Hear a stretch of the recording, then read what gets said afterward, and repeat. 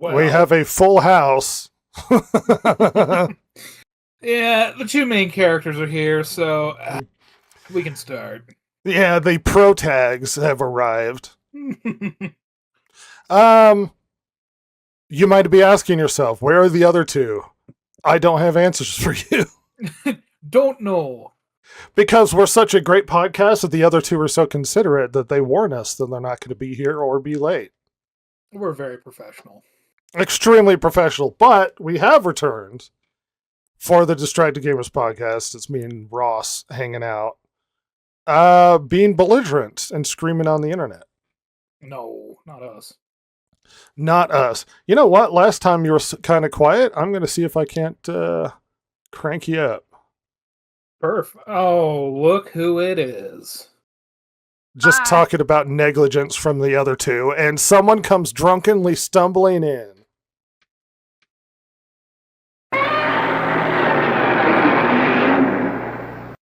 Good job. You're welcome.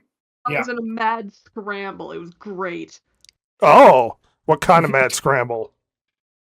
Of trying to email someone for a class thing and then going, oh crap, it's 9. Your actual responsibilities are calling now.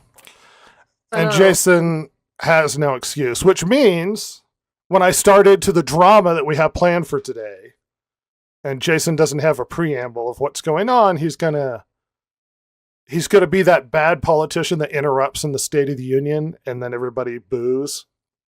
Not that guy. But we have a plan for today. Why have we stopped moving? That's confusing. Oh no.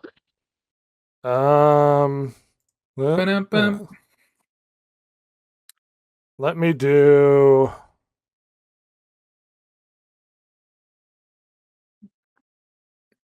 No. We're fine. No, we're fine. We're a professional good. podcast. I'll do it on the incorrect player level from last week. That's okay. As long as it works, because last week was stable.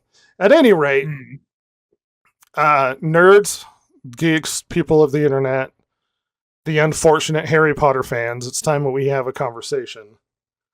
I've decided... Oh, look, it's Jason. Yep. Squeaking in. I've decided that it's time we have a sit-down conversation, a State of the Union, if you will, where we go over the situation we currently have ourselves in the new year. So if you grant me and my ego some time, it's time I talk down to everybody like I know everything that's going on. Yes. All right, everybody. We've got a problem. Pop culture is getting worse. Video games, movies, comic books, media of all types. It's all getting worse. And this is not a cycle. This is not a downturn. This is not a misunderstanding between creators and audiences. This is a loss of credibility. Entire industry spent decades earning trust through consistency, craftsmanship, respect for their audience. That trust was not fragile. What broke it wasn't change itself, but how change was handled. Some of the damage came from genuine disruption. New platforms reshaped distribution, streaming rewired incentives, games became larger, more complex, more expensive to build. These pressures were real, but the response to them is where everything went wrong. You know what? I'm going to give us a better setting. Yeah. Aha! The command centra. This criticism is not aimed at individual artists, all right, or teams doing their best work inside broken systems. It's aimed squarely at the decision makers who set priorities above budgets and define success, who repeatedly chose optics over quality. Instead of adapting with discipline, leadership doubled down on spectacle and messaging, budgets ballooned, timelines stretched, creative authority fractured, stories were rewritten to satisfy internal priorities rather than serve the audience. This isn't about politics existing in stories, it's about stories being sacrificed to politics. Political messaging was elevated above good storytelling, and quality paid the price. Yes, audiences enjoy spectacle, but spectacle has never been why they stay. Strip away characters, coherence, and care, and all that remains is cost without value. Not every modern release fails, but the failures are no longer exceptions, they are symptoms. Audiences didn't revolt, they optimized, they turned to familiar work that had already proven its value, and they are opting out. In recent years, have made the problem impossible to ignore. High-profile releases arrived with massive budgets and marketing pushes, only to collapse under their own weight. Concord spent several years in development at enormous cost, only to land with no audience and no identity. Suicide Squad disrespected its own legacy, offers cynical design and shallow mechanics that treated the brand as a skin, not a responsibility. Lord of the Rings was damaged by Rings of Power and War of the Rohirrim. Hollowing out what once was a sacred mythos was corporate fan fiction. And a lot of what we see is fan fiction. Assassin's Creed Shadows arrived bloated and unfocused and more interested in signaling than delivering meaningful gameplay. Black Ops 7 combined a widely pan and incoherent campaign, poor marketing, technical issues, rushed content, signaling a franchise running on fumes. These are not isolated incidents, people. They are massive failures, and they are symptoms of priorities that no longer align with the players. Brand trust is not a metric that rebounds on quarterly charts. Once a franchise treats its audience to expect disappointment, that expectations harden. Star Wars and Star Trek didn't just stumble, they damaged their own foundations through disrespect to legacy characters. Cynical writing, creative drift. This isn't extraction, it's erosion. And erosion does not reverse itself. Streaming didn't kill attention, bad content did. When new releases become inconsistent and preachy and disposable, audiences didn't abandon entertainment, they returned to what worked. Familiar films, proven games, earnest storytelling. This isn't nostalgia, it's a rational choice that people make every day. We're not flocking to the new content, we're watching the old. And it's not audience's job to save your industry. It's your job to make something people actually want. Attention is earned. Loyalty is not a bailout. This collapse was not inevitable. Baldur's Gate proved that it had depth. And trust still mattered. Top Gun proved sincerity still works. Andor proved that even a damaged franchise can recover with good storytelling. Elden Ring was a great game with great mechanics. Clair Obscur, proven that an indie organization with a small amount of people that doesn't have a bloated budget, with a small budget and passion, can create a great game. The path forward should not be mysterious. And I understand that this is uncomfortable for some people to hear, but smaller budgets, clear creative authority, finished products, respect for the audience is the only way to fix this problem. The audience hasn't disappeared. You've destroyed it. And the audience is still waiting for more and better content. Anyway, where did I go wrong? Where did you go wrong? I don't know that you have. I I mean, from what you said, I can't can only say that the only thing that I maybe have a quibble with is that if these people were actually fans of the IP, they wouldn't have gone so wrong. I think that they were more fans of themselves at the base of it, and thinking that either they wanted to do a fan insert, which is always wrong, or they were more interested in changing the original content to match the message that they wanted to basically foist on the rest of us, rather than actually being fans of the material itself. Well, I think I addressed to some degree the fact that a lot of it has become more fan fiction, and sort of messaging insert than really honoring the original characters, sort of thing.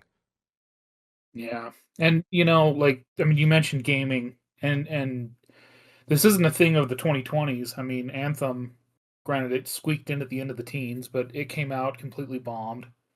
And if you ever wonder why Unreal Engine 5 keeps getting used so much, I mean, the big theory right now is, well, if it's because rather than use an in-house engine, let's use one that everybody knows and has and is available. That way you can cycle through people and not have to pay people more and like have to pay them Yeah. pension or benefits or whatever. You can just cycle through contractors over and over and over again. Granted, the problem we see with that is you have studios that there's no veterancy. Like there's nobody that Yeah. that are veterans.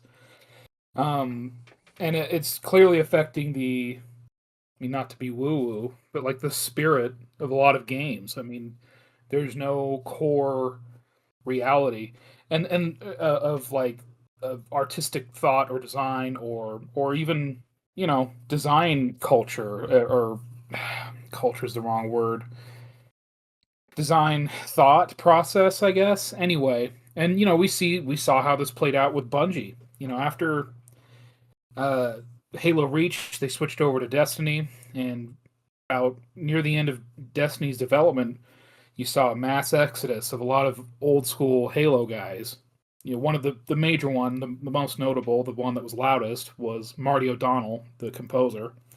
But he wasn't the only one, and they were screwing him out of stock and all sorts of things that they were supposed to get, but they were getting rid of him before they had to pay him out. That sort of thing.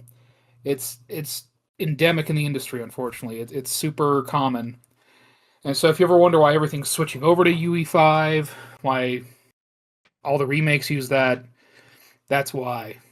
And it all goes together with what Brett was saying, I think. There's a little bit more to it as well. If you had kept on your legacy people that knew the game development life cycle and story writing and all that other stuff, you would have gotten so much pushback from them when it came to inserting politics and messaging and things like that, where they would have said, no, that's stupid, don't do that, you're going to ruin the game.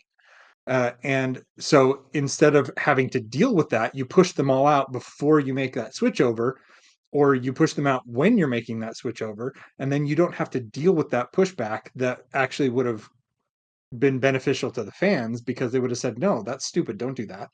We know how this works. We're veterans. We've been through the trenches. We know how to make a game. We know how to tell a story in a game. We know how to make the game loop engaging. Please listen to our ideas. And if you don't have those veterans, you don't have, like you said, you don't have that culture. But at the same time, you don't have those people saying, this is stupid. Why are we doing this? This doesn't make any sense. You just have a whole bunch of yes men that have no experience, and they're like, okay, we'll do what you say, because they don't have the experience to say, oh, wait a minute, let's take a step back. That's not going to work.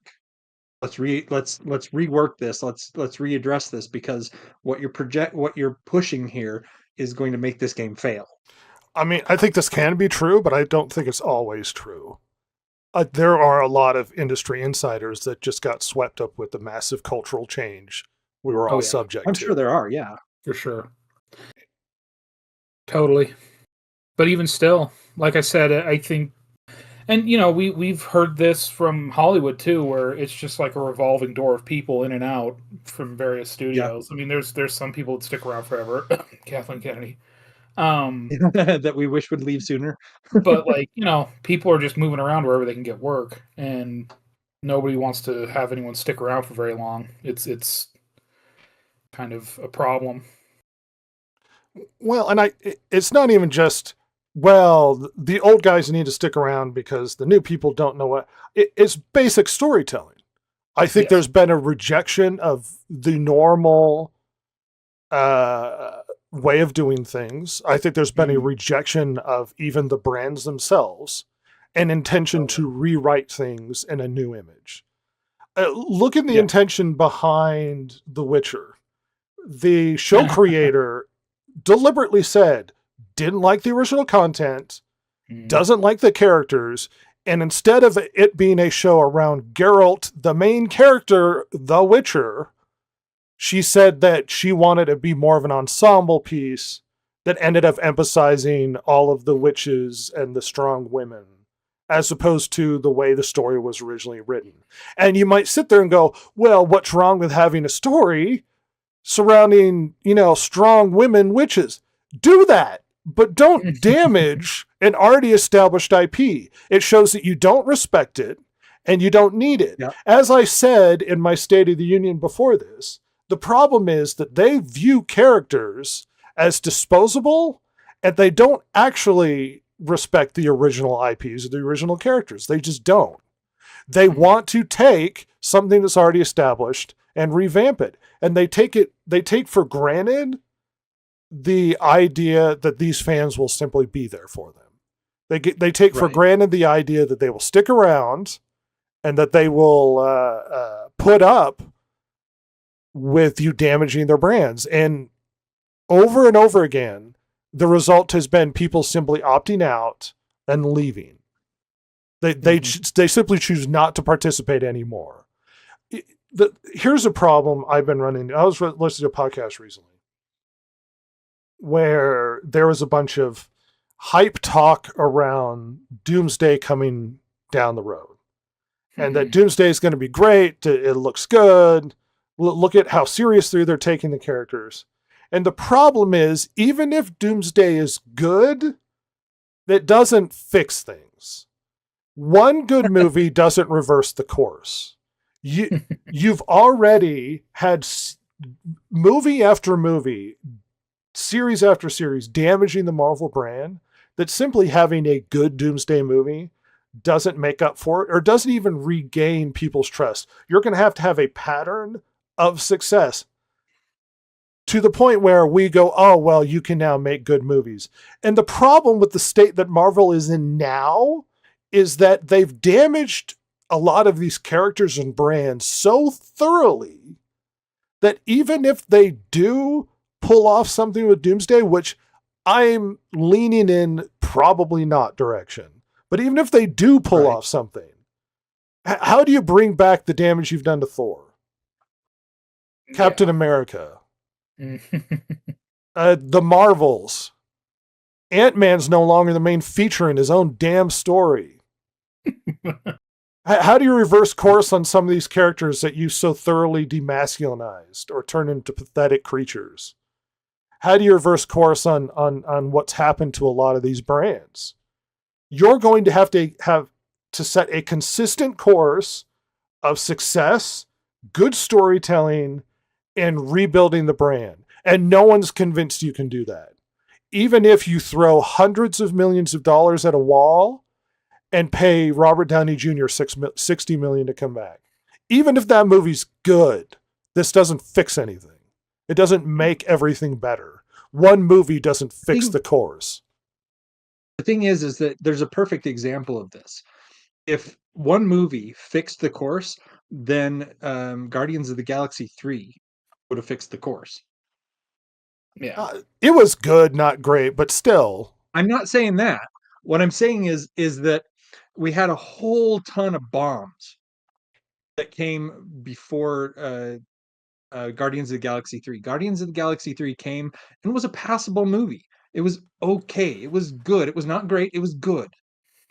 And if that was enough to fix things, one movie, it would have fixed things. We would have gone back from these are absolute trash to, okay, they can make good movies again. Well, see, Not here's great movies, but good. Well, see, that's the thing. We can say this, and I'm not convinced they know that they screwed up or that they know what's going on. Right. I've seen podcasts where they talk about it's like, no, see, the insiders, they know they screwed up, and I'm not convinced they do. And I'm not convinced that they know how to reverse course or make things better. And I think more There was importantly, an article that was released recently that I read, and this is a perfect example of of what you're saying here, that they don't know that they've screwed up. The writer for the failed Batwoman movie that got nuked and it will never see the light of day. She's like the main writer on on the main writer of the new Batman movie coming out. Well, If they knew what they were doing wrong, why would they put her, whose track record is abysmal, in charge of something that they need to succeed so badly? I don't think the director is important to them. They can. No, they, she's the writer. I don't think that matters, Jason. They hired Sam Raimi to direct one of their superhero movies, and he was almost irrelevant. Yeah, it was They're placeholders. They're figures. not even really a Sam Raimi movie. Yeah, they're not really that important to. They are random figures so that they can tweak, so that they can look over the shoulder. The problem's far bigger than just bad directors and bad writers. It is systemic. It is failure on an industrial scale. Sorry, Ross, you were going to intercede with something. Oh, I was just going to say, even if they know that everything's screwed up, I don't think they know how to fix it. No, I think you're right. I think number one, there's probably some who don't know, because we always hear about how Hollywood is such a world filled with yes men, right? Just like, oh no, baby, everything's gonna be great. This is gonna be the hot new thing. Everyone's gonna love it, and it's like a big piece of crap, right? Well, even let's say they do know. Do they know how to get away from it? I'm not convinced. I don't think they do, because anything that they've done.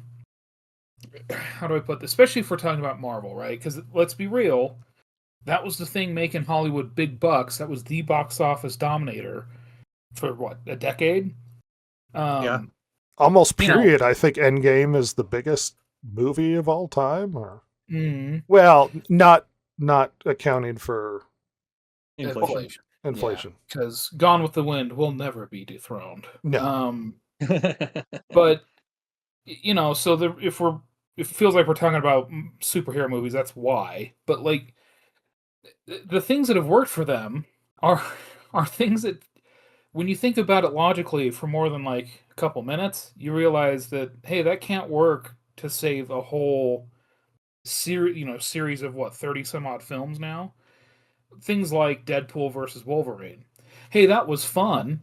It made money, well, although we're not quite sure exactly how much, because it turns out the budget's a lot bigger than we thought. But, it made money. But how can you extrapolate that into fixing a whole series of movies? How do you plan a future on Deadpool versus Wolverine? If anything, Deadpool versus Wolverine damaged the lore more than anything. When you start screwing with universes and stories and stuff, you start damaging things. Oh, yeah, because, it's continuing off of that Loki show. Even though it doesn't take itself very seriously, it's still like, oh God, universes and Jesus. All right. And certainly I think it brought it to a wider audience than the Loki show could have. Yeah. But, so, I don't think they know how to get out of this rut that they're in. I don't think they have any clue. And because how often have we heard the what was it, Marvel Magic? Yeah. Where the script isn't done yet, but it doesn't matter. We'll write it as we go. And they got away with it. And that was like me in college. Dude, that is waking up the morning, some big paper's due, and going like, oh God, I've done that. I got to get this going. I've done that. Oh yeah. And one of my favorite stories is I had a 5-page paper I had to write, that I read the book and wrote the paper that morning and turned it in, and I got an A. And the worst part is I didn't learn my lesson. And it feels like that sort of Marvel strategy is just do it as you go. Yep. Write the paper as you're handing it to the teacher.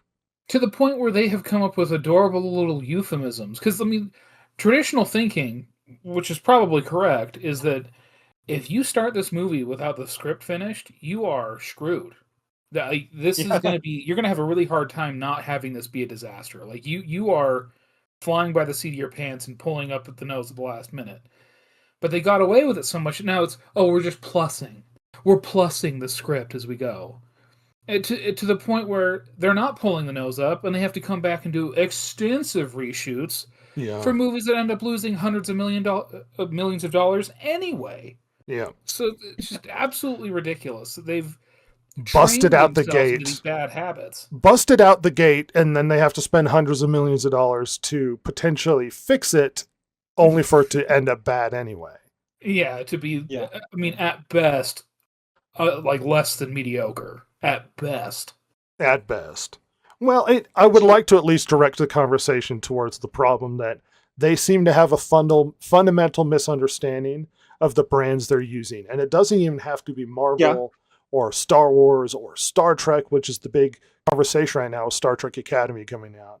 But it's also these video game franchises. Black Ops failed because they don't understand why Call of Duty works, or even Black Ops works. And they're constantly trying to either recreate or reinvent, or you know what worked? Hey, everybody, we know why Battlefield is fun. Let's just come out with a Battlefield that's fun. Hey, it works, shockingly. Yeah. Guess what Black Ops did? A big part of our campaign is existential, and we're kind of inside a guy's head or whatever. And it's like, what is this? What are we doing? We don't How know. many times have we heard these directors and writers and all that other stuff basically come out and say, yeah, I wanted the actors, the writers, whoever's involved with this project, I wanted them to not look at the source material. I wanted them to be ignorant of the source material. And it's like, you realize that there's a big flaw in your thinking right there. That's almost the biggest mistake you can make adapting any IP. It doesn't have to be nerddom. It can be Jane Austen for all I care. If you don't actually have people who are looking at the source material and adapting it for the people who loved it to begin with, then you're making this is an ego trip for you. This is an ego project, not a project for anyone but you. Well, and I guarantee the argument is, well, we're making something new and we don't want to be burdened by expectations of what happened before, or blah, blah, blah, or the original stuff. Here's the problem, though. You could say to your actors, don't read the source material so that you aren't trying to steer it in a way because we're trying to do something new or different. The audience read the source material. Yeah, exactly. So even if your actor isn't willing to carry it forward accurately or honorably towards the original source material, the audience knows. And those are the people you need to convince. Well, see, that's something that we pointed out over and over and over again, is that the audience fell in love with the source material. That's what they want to see when they're going to you for whatever your grand vision is that you're putting out for us, for the consumers. We want stuff that is reminiscent of at least the source material. We don't want you to go off on your own and do whatever you want. You do that on your own time with your own IP. Yeah, and I mean, it's baffling that they'll spend money on IP, rights to IP. And, we've said this a million times, but like rights to IP to then just completely not follow it in any way and just assume that the people who like the IP will come anyway. And I'm sure they got away with it for a while, for a little bit, or it didn't matter and it was a success enough. But like, eventually, people are going to have enough of that and they're just going to learn like, no thanks. Yep, exactly. Well, and this seemed to me as I sat down, because I was sitting here reflecting on Star Trek Academy, and I was sort of writing out my thoughts, and I started to realize I was doing sort of a state of Star Trek. And at some point, it just ended up me going over the same systemic problems that exist in the industry as a whole. And I was like, well, we need to have our year State of the Union where we sit down and we discuss that these are problems that there is no intention to fix. Yeah. And a lot of Like- them seem to think that these problems can be fixed through like clever marketing or witty dialogue or well, that was a bad one, but we're excited for the new one. And it's like, you need to understand that there's a problem at ground level, that there is a problem from the ground up. It is the people making decisions, it is the people who choose where the funding goes. It is the inflated budgets. It's the writers who don't care about the source material. It's the directors who are checked out or halfway involved, or if they're involved, they have some sort of agenda or intention. As I said in my State of the Union, it's not that politics is something you can't write stories about. The problem is that the stories are being damaged for the sake of the politics. And when we create this content from ground up, flawed at premise alone, and you seem to think that you can just fix it with bigger budget, bigger money, larger spectacle, huger film, more money spent on. I mean, I talked about Concord. Concord was like, what was it, 10 years? Huge budget, hundreds of millions of dollars, and a write-off. Yep. For Sony. It crashed within the first week or two. At this point, it's not just a game that lacked the correct vision or didn't connect with audiences. It is a systemic, industrial scale problem with how we're approaching the content now. The audiences, well, let's see, the culture as a whole was moving in a new direction. And the audience went with it until they decided they didn't want to. And the problem with how the culture is going now is you're now talking down to huge amounts of the audience that you need to watch your content. You need to, as I stated in my statement in the beginning, it's not our job to make your stuff successful. You have to convince us. You have to convince us to come out. And if you're going to disrespect the stuff I love, the characters I love, then I'm not going to come. And then if you're going to turn around and go, well, it was the misogynist and the sexist and the bigoted people and the toxic masculinity and the toxic fandom. Those fans are who you need to watch your shit. Toxic fans. But then you demean the people that you require to show up in the first place. So how is this my fault now that you spent too much money on a brand that you didn't understand because you don't know how to write and you don't know how to manage your own properties? You've damaged some of these brands beyond repair. How do we fix Star Trek now? Star Trek is so beyond broken, you would literally have to just set on fire the last how many years of Star Trek and start brand new for it to be fixable at this point. We have abandoned it.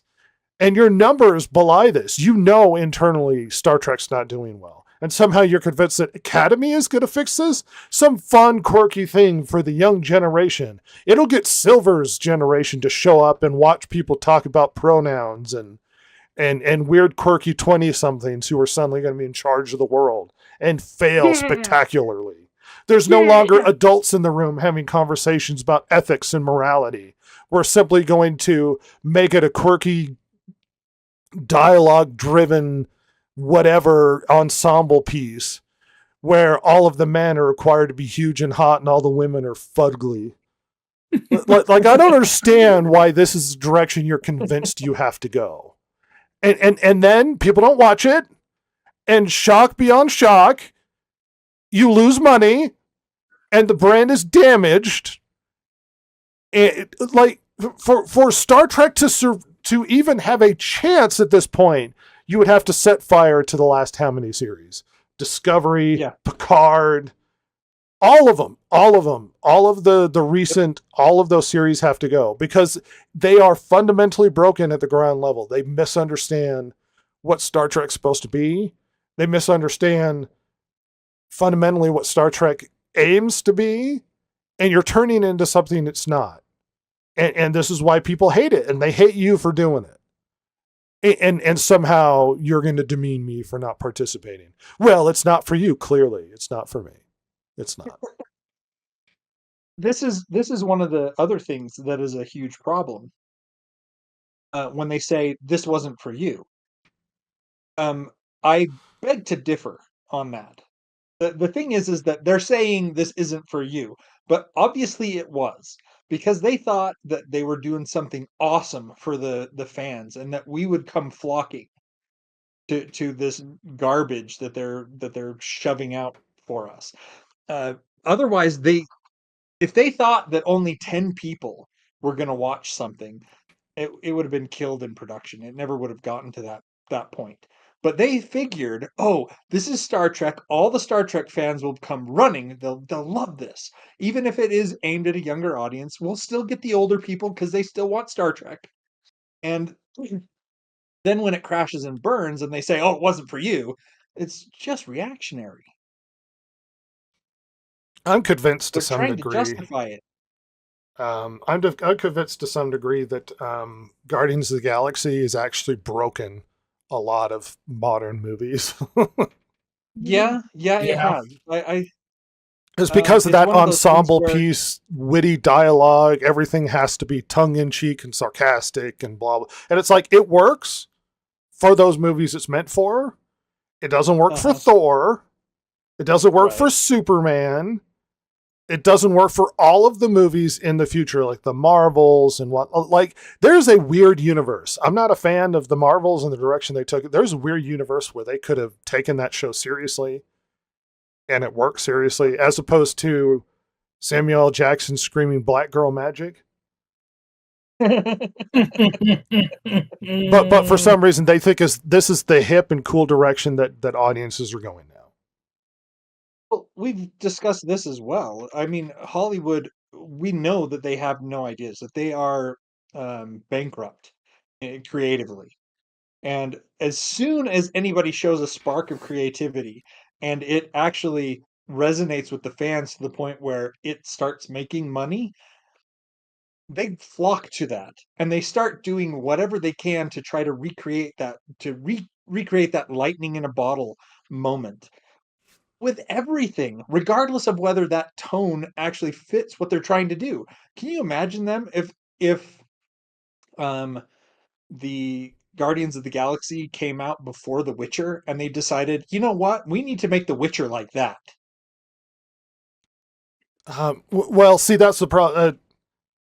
That's true, but I guarantee you, things like The Witcher were probably trying to recreate Game of Thrones. Oh, yeah. They're all Yeah, just we- trying to retread something that was already successful before it. The Yeah, lack of exactly. creativity.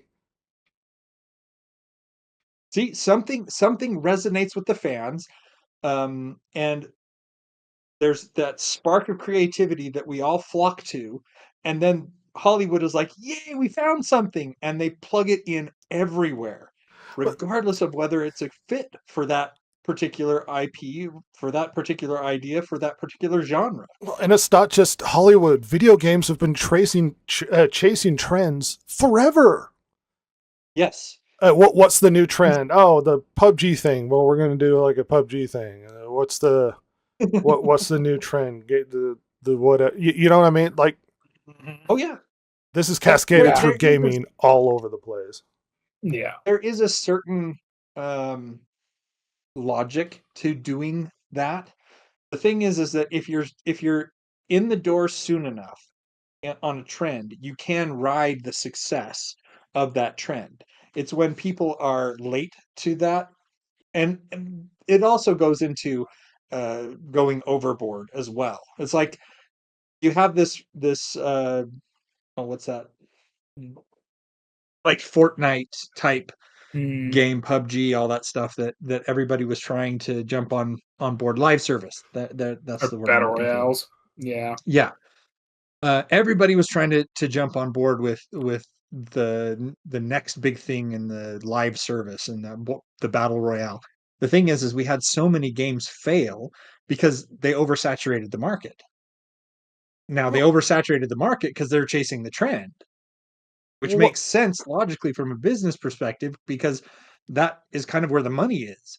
But at the same time, you got to look at it and logically judge, are we going to be able to get a toehold into this market when it's already saturated with other games of this style? We have to go in with a game that's going to blow everybody else away, so they move away from the games that they already are playing and have invested tons of time and effort into to come to our game.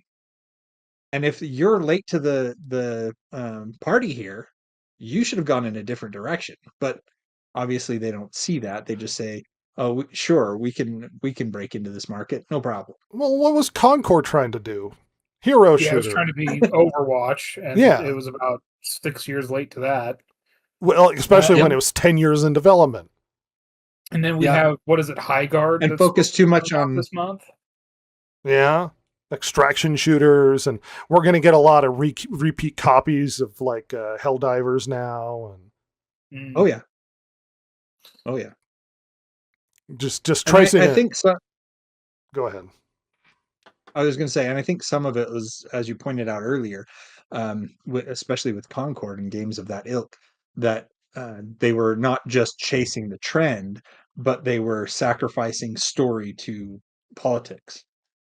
And not just politics, but just bad gameplay and busted games out the gate and rush to service and trying to.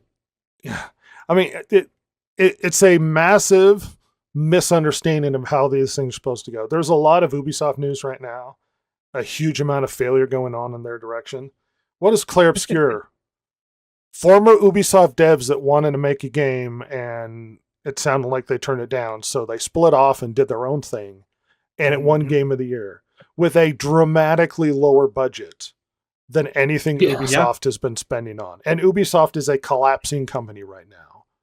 Collapsing. Oh yeah. Look at all of the success we've had recently. The stuff that's really good is either going back to its roots, why the game works in the first place, or doing something new and original and interesting that doesn't blow itself up with a huge budget.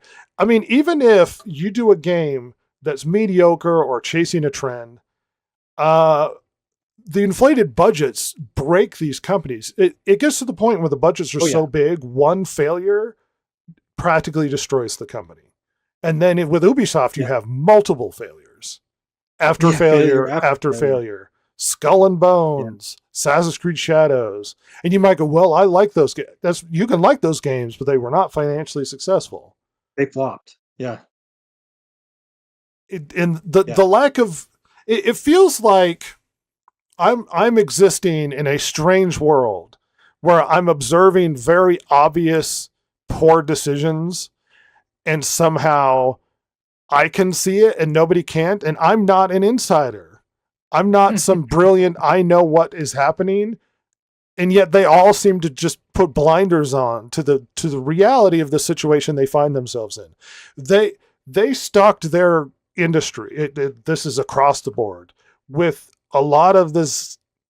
I don't want to say strictly DEI, but a lot of the political correctness stuff. And they were talked in their ears that this is the way the industry must go. And it didn't work. And we've seen a hemorrhaging a lot of those departments, and a lot of these groups are being let go because it's not a recipe for success. You know, it's a recipe for success. Making good content, making good games, stuff people want to listen to. What's that? Freaking Leonardo DiCaprio movie that came out, the real political one. Big nominations at the Oscars and everything. It did really badly in the box office. Like genuinely badly. One battle and it's after being another. it's being hyped as like the big new movie and how amazing it is. Yeah, It's almost like they're just lying to us. Actually, it's really good. And what's the reason for doing that? Because it has political messaging that Hollywood agrees with. Yeah. And so it makes them feel better, but this does not guarantee success or money. And then somehow I'm supposed to sit here and feel bad for you that the movie industry is failing and that theaters are collapsing and that streaming's taken over and you don't like the direction things are going. And I'm supposed to feel bad for you when you make a preachy, horrifically bad political messaging movie and then try and convince everybody it's good for some reason. You know what the Oscars always should be is about good movies and rewarding good movies with awards. Now, I actually agree with George C. Scott where the, art shouldn't be rewarded like with trophies. I think it's kind of gross. But insofar that you're going to do that, like at some point the Oscars need to recognize the most popular movie of the year is not the movie that they're rewarding. And that there's been such a disconnect from the Oscars. I was going to say, and the basic people, the basic audiences, that you seem to misunderstand who you're trying to convince, perhaps cajole and lie to stumble their way into giving you money. And I think they've just soundly rejected it. The audiences have gotten so exhausted by poor quality content that we've simply walked away. We've just stopped watching. And you took for granted that they were going to stay there forever, and they didn't. They didn't. We just left. Quietly, we didn't cause a sting, we just walked away. Now the nerds on the internet caused a sting, but general audiences just left. One thing I was gonna say when you were talking about the Oscars and stuff is like I don't mind if they're giving awards to themselves for what for the movies that they're making. I don't mind that. But the thing is that a lot of times, and this is something that we pointed out over and over again as well, that a movie that is well done, and maybe it's political and maybe it raises a certain issue and whatever else, that may be a really good movie, but that doesn't necessarily bring in the audience. That's something that they have to recognize as well. Go ahead and make your movie about whatever cause you want. Make it as good as you want. Have the best actors in it. But realize that it may not appeal to general audiences. And when you're sitting there patting each other on the back, going, "Yeah, that was a great movie," just know that the movie that was making money was Minecraft. Well, and see, here's the thing. We don't need to retread ground we've gone over. I'm trying to talk about the state of pop culture today. What's coming out right now.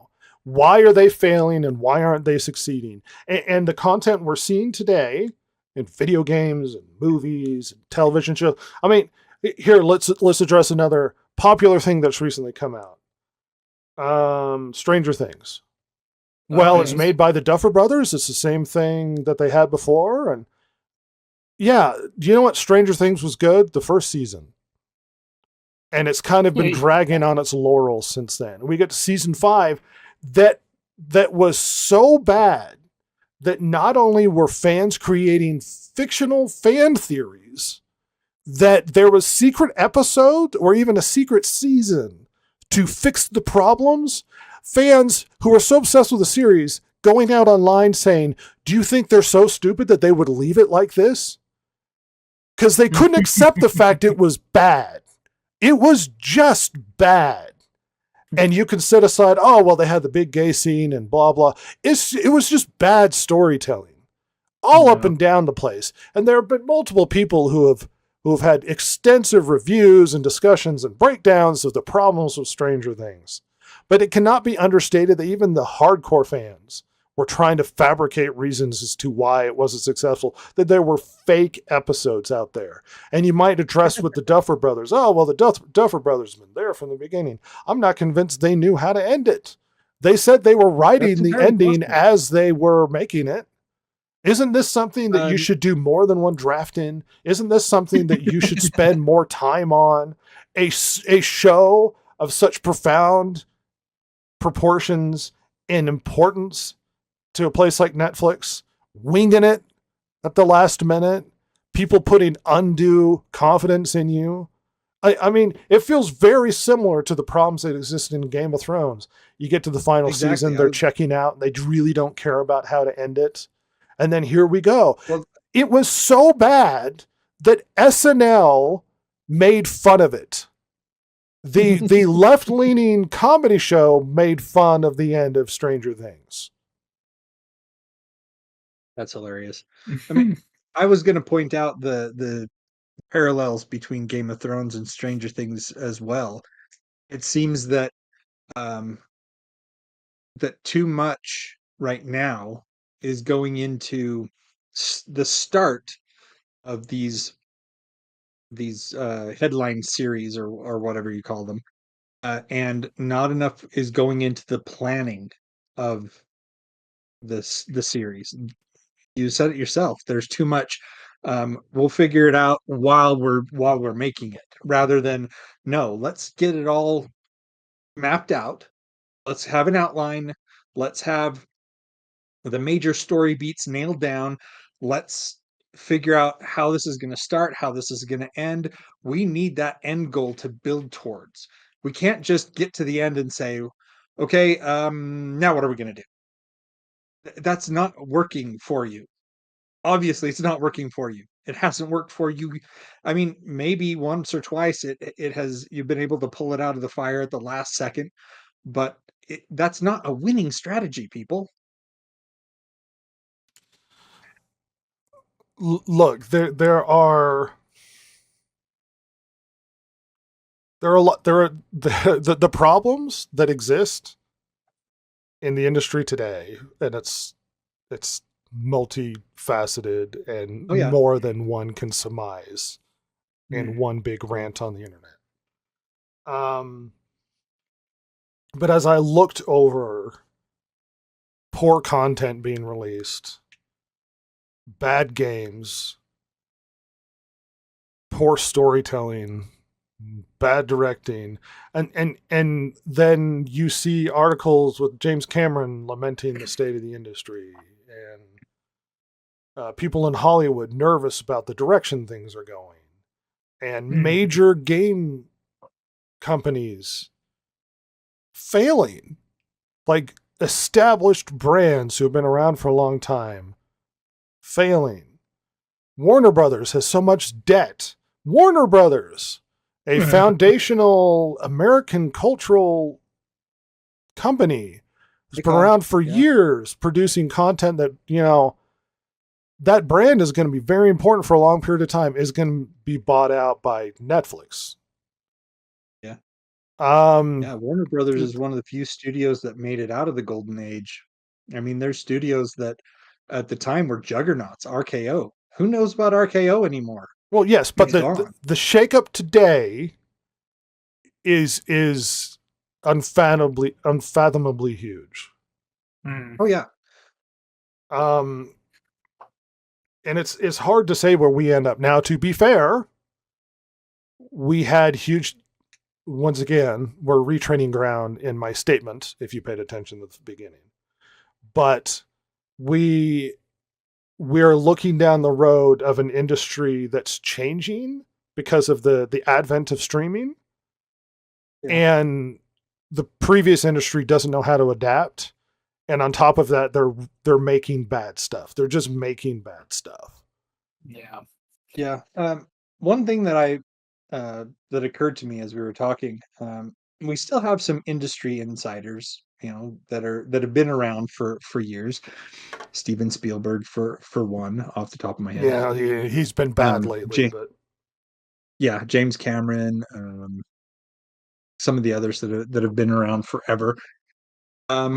One, it makes me wonder how much meddling the studios are doing, and how much power the directors are ceding to the studios, and how much, you know, how much of the politics the directors agree with, because at this point, there are so many problems and they're so deeply rooted that one, you're going to have some very brave people to do anything about them, and it's almost like you're going to have to set off a nuke, just raise everything to the ground and start over, because the problems are so deeply rooted, and they're spread through all the levels, basically, in the gaming industry, in entertainment in general, that without some sort of massive shakeup that will basically destroy these industries overnight, well, there's almost nothing that you can do in the short term. This is going to be a long term thing that we're looking at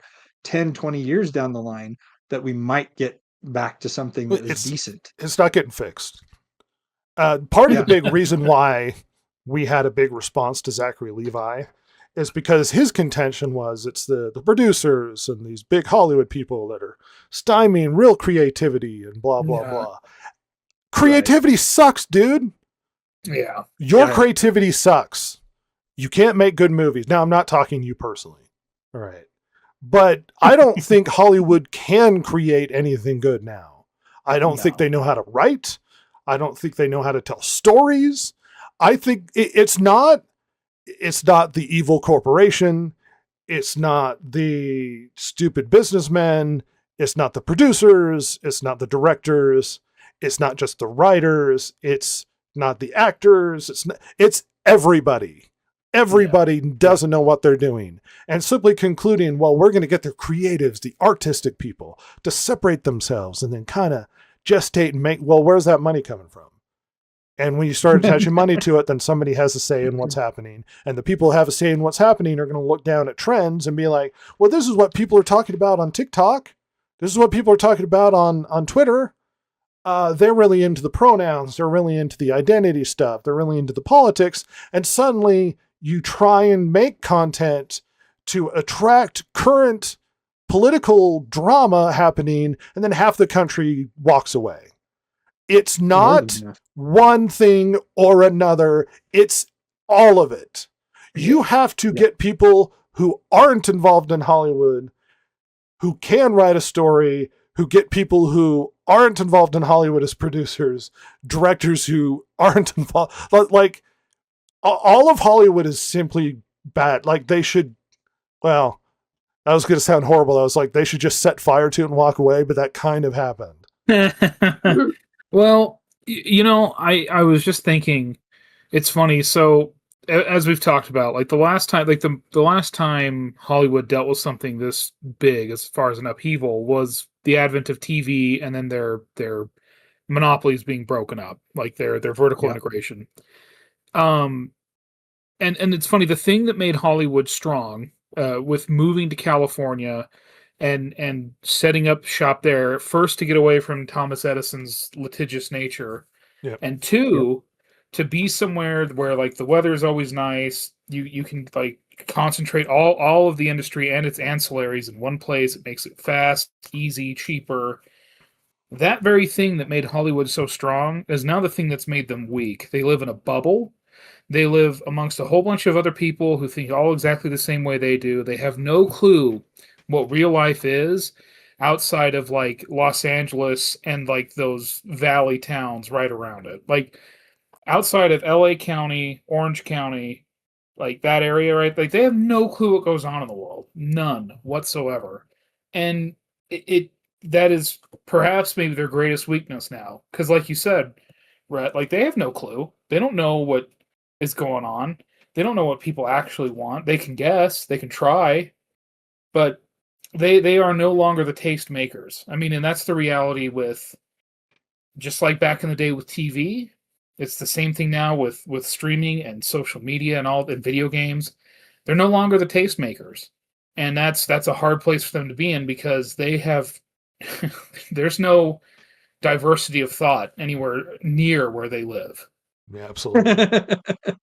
Well, and we are seeing essentially a decentralizing that content, pop culture, media, whatever it is actually globalizing and moving away from Hollywood. What is the big hotness right now? Korean pop shows. Oh yeah. Korean pop music, Japanese anime, Japanese manga. Like Japanese manga is replacing comic books.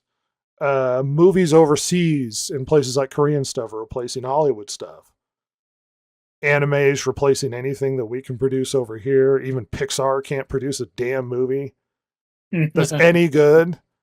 And perhaps the only possible prescription I can have is a heavy amount of competition. Hollywood simply can't be the center of the world anymore. They have to be able to make stuff to compete with the rest of them. And what is essentially happening is people are making logical, reasonable decisions and moving to stuff that they like, and it's not being produced in Hollywood or even in this country and under this umbrella. Yep. They're moving to other stuff. There's been good stuff to come out of India. Mm-hmm. Europe's still kind of under the Hollywood yoke or whatever, but Yeah. Claire Obscure got out underneath the thumb of Ubisoft and made a game, and it was great. Mm-hmm. And that's more or less what's going to have to happen is these large institutions that had a stranglehold on media are simply going to have to compete or die, and they seem to be choosing the latter. Actively choosing to die. Yeah. Just pass away into that good night. Yep. Now we need a more youthful gynocentric perspective. So Silver, Oh, Yes, what? look within yourself. Think about how you feel about pop culture today. Don't regurgitate my opinion, and come up with an idea that you think, from your perspective, is the problem. Go. Gosh. The problem is those millennials, am I right? hey, wait a minute. Screw those people. Forgot you're all millennials. Yeah. No. Jason's Gen X. Yeah. Oh, there you go. Yeah, screw Jason. That's his fault. You're the problem. Silver, you got this. Oh gosh. Every single point I had was basically what you said, so give me a minute. No, you're fine. Coming up Are you Googling an answer? good. That's a great Asking idea. ChatGPT. ChatGPT. Oh ChatGPT, wait. what's my Let's see opinion? what ChatGPT says. Oh no. Okay. Lord. What You is know what? the Doing a gimmick problem? where you ask AI a question does not replace your personal opinion. That's very Gen Z of you, though. It is very Gen Hold Z of on. you. Oh, yep. Mm-hmm. Oh, interesting. Oh my gosh. Good Lord. Okay, here we go. Short answer. Here, let's go pop back to the culture street for isn't this. Broken. It's over optimized. It's not over optimized. We're optimized. It is not. Oh my gosh. It says number 1, the algorithm brain ruins everything. Or music, movies, or TikTok trends. Most of it is designed to please an algorithm, not a human. What the heck are you talking about, ChatGPT? Whatever it wants. Everything is branded, culture's fragmented, irony, exhaustion. Okay? It just says a meme of a meme. You know, this doesn't replace your personal opinion. I know it doesn't, but it still didn't give me any ideas. Well, in that vein, it's in the news now, but it's kind of relevant to what we're talking about right now. Old Matt Damon and Ben Affleck showed up on the Rogan Experience, which is technically what it's called. Anyway. And for two people on the inside of Hollywood, they had very interesting prescriptions and coming to terms sort of in that discussion with the problems in Hollywood. And they weren't entirely wrong. Now, they were correct about a lot of stuff, but they didn't address the fact that the over-politicization of all media. But they did have some very good points. Yeah. And one thing, they made it's like a bank robbery something movie on Netflix. Mm. And in the contract, when they made the movie, in the contract, it stated that they needed to restate the theme of the movie 3 times. And the reasoning for that is because a lot of people half watch or watch on their phones and aren't paying attention. So they need to have to reiterate the sort of the point in the movie so that people remember. because of our low attention spans. And this is in the contract with Netflix. Great. That's that's nice.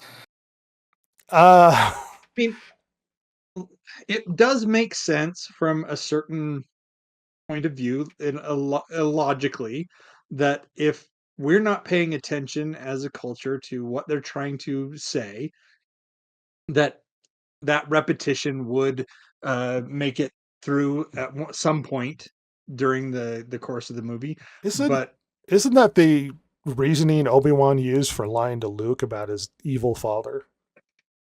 Probably. Well, I didn't lie to you from a certain point of view. Technically, Darth Vader killed Anakin. Oh. I certainly didn't leave him for dead in a lava field or anything. I don't know why you'd say that.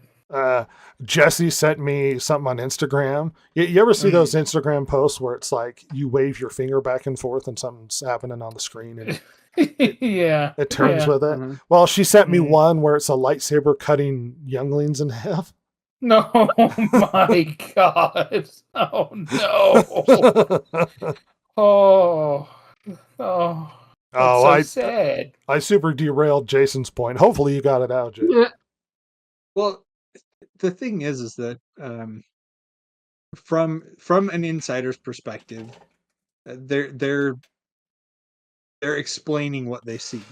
From an outsider's perspective, we're sitting there going, "Man, you guys are full of it." No. See, they had a lot of very reasonable perspectives on how things are going because they talked about the movie industry, and they're like, it's not. I mean, Ben Affleck said it really well. It's basically not.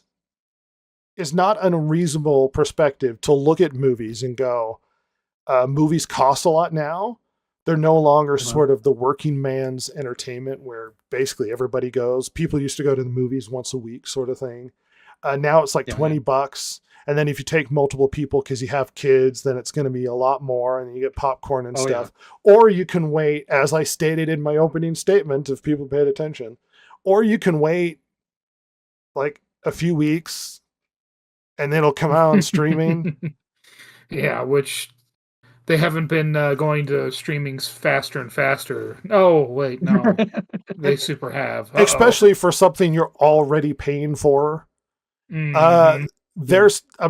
Going to the theater is becoming more pricey. And then there's the convenience of if you have kids, because you used to have to get a babysitter to go to the theater, or you'd have to take them with you. And sometimes kids are too rowdy for theaters, or it's not appropriate for them.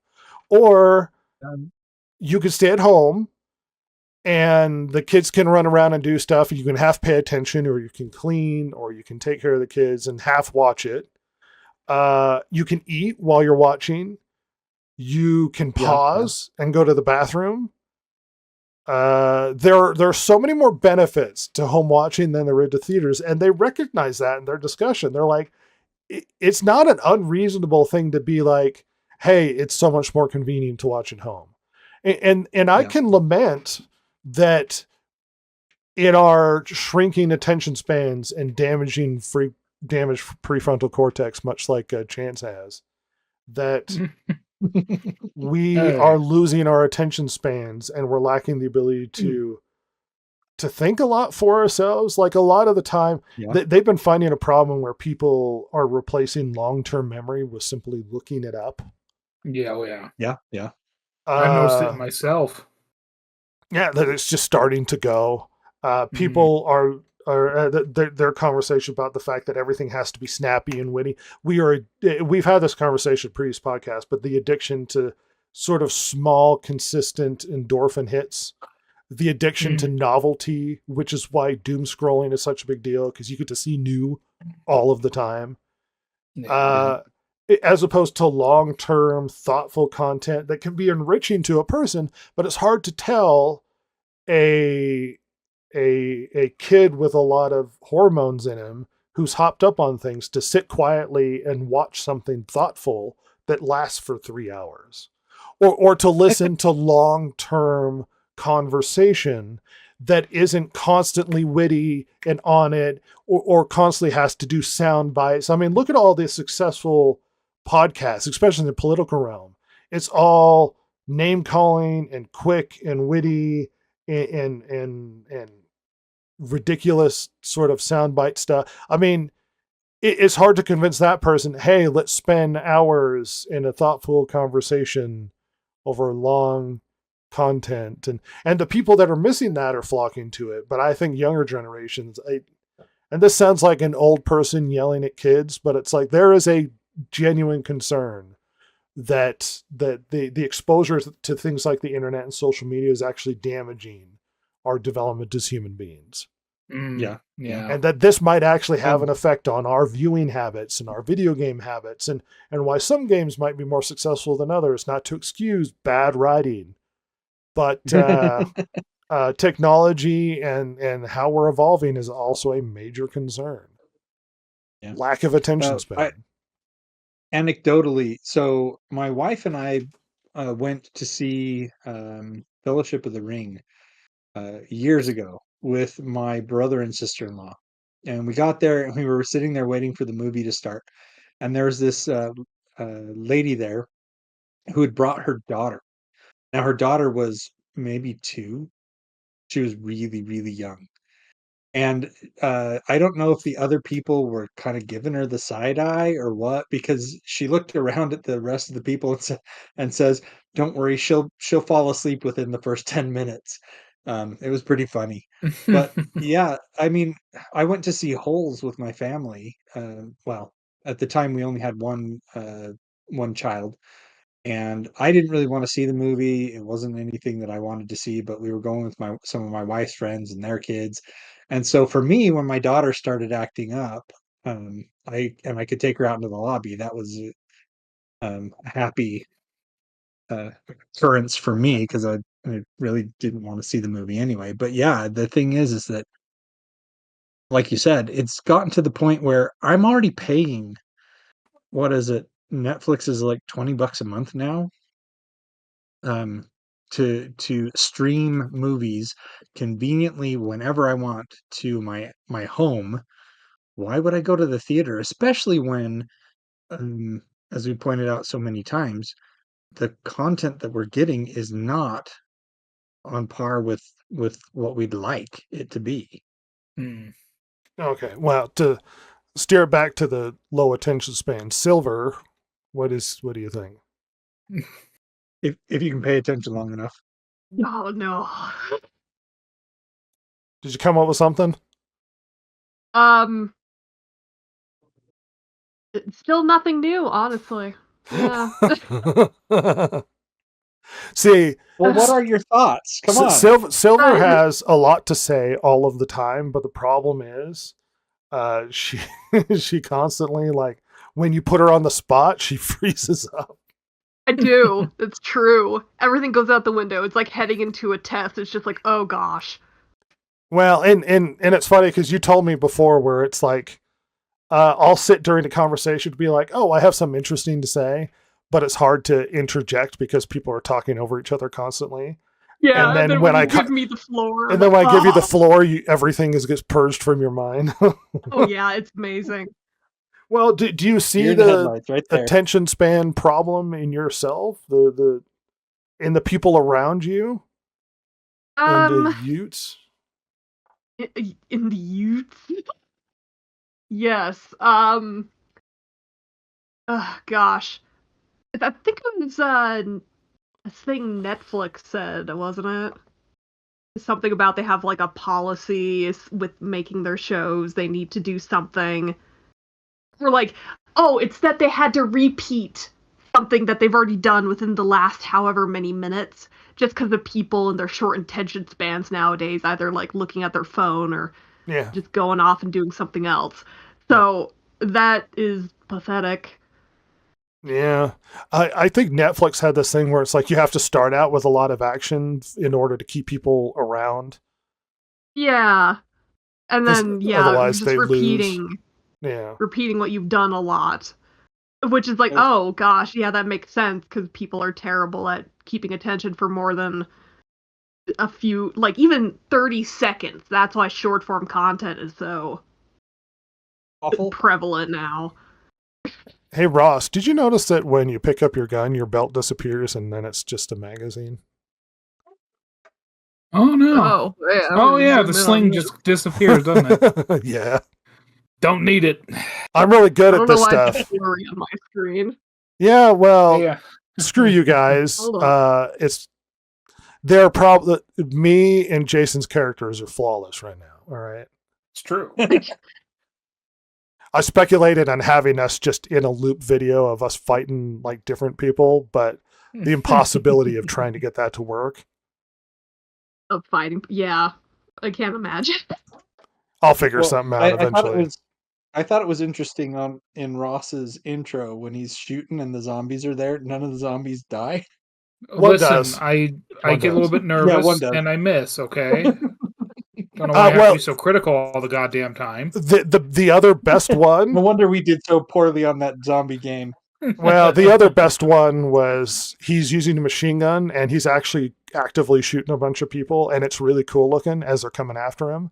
But for some reason, the machine gun was shooting shotgun blasts at people, and I was like, "This is confusing." I kind of like that. Rules. Who knows? That everything is always subject to a little bit of fine tuning as we wander around the strange narrative of this podcast that we are lost in a giant cyberpunk 80s gritty city with Gritty City. oil barrels leaking all over the place. It's because businessmen are doing business and they have to get the toxic waste into the sewer. Yeah, the evil corporations of. I've seen Captain Planet. I have seen Captain Planet. I'm going to be so- fire. You can be Heart. Screw Heart. Yeah. Oh. I'm fire. No, you're Screw you, not I'm the fire. American. To be fire. Everybody wants to be fire. That was the cool power. I'm Oh, not I have South the American, power damn of it. love or whatever, and it's supposed to be the most powerful. Uh-huh. Really? Is it? Is it Captain Let me set this guy Planet? on fire. How come it had to be given to the Native American kid too? It's weird. He has the power of love. Stereotype. Love for the Make it planet. really weird. That man also created WCW. Oh. One thing that I think is interesting is, as you pointed out, Hollywood is getting a lot more competition nowadays from different quarters. We're getting, as you said, we're getting competition from Korea, from China, from Japan, from India, from England, from just all over the world. We now can stream shows from anywhere, and it's no longer Hollywood having this death hold on our entertainment like they have for years and years and years. But what surprises me is that Hollywood looks around and they've decided to chase politicization of content rather than facing story and entertainment. And when they look at what's going on from the competition they're getting from these other quarters, that instead of looking at them and saying, you know what, we need to do what they're doing because they're doing so much better than us, they double down on what they're doing instead. It really surprises me that no one, absolutely no one, is learning anything No. at No. all. And this is something we've proposed earlier, that just the lack of understanding. Yep. Yeah. Well, talking about, look, not reiterating previous conversations, prescribing the problem now and what's happening now and where we're going forward. What is the state of the industry now? Short Death Spiral? okay. Deep and painful contractions. It's going to get smaller and more broken up. Contractions. What are we giving birth to? A deformed creature of? Yeah, it's called the new Ugh. Hollywood industry, baby. It's going to be gross. But I think it's already here. Yeah. I think at this point we're experiencing hopefully its death throes. All right. Well, look forward to the State of the Union a year from now at a vague date when I get really upset at everything that's happening. I'm sure this year will be the year they turn it all around, Red. It's going to be a banger, everybody. It's going to be a Hollywood red had a letter New Year's year. resolution, and they're gonna do better. Yeah. Imagine multi-billion-dollar companies sitting down and being like, "We're going to do better, everybody." Those awkward meetings that everyone just hates. Yeah, Especially when you know everything's going badly. just weird. The like, billboard that they're like, oh, let's get in a whole movie, but in 30-second chunks. We can do this, guys. we could do this. Doomsday, but you watch it TikTokifying in a 30 film. seconds, Yeah, 30-second intervals. whole movie, just 30-second intervals. Oh my gosh. Gotta keep the attention. Brilliant. It's possible.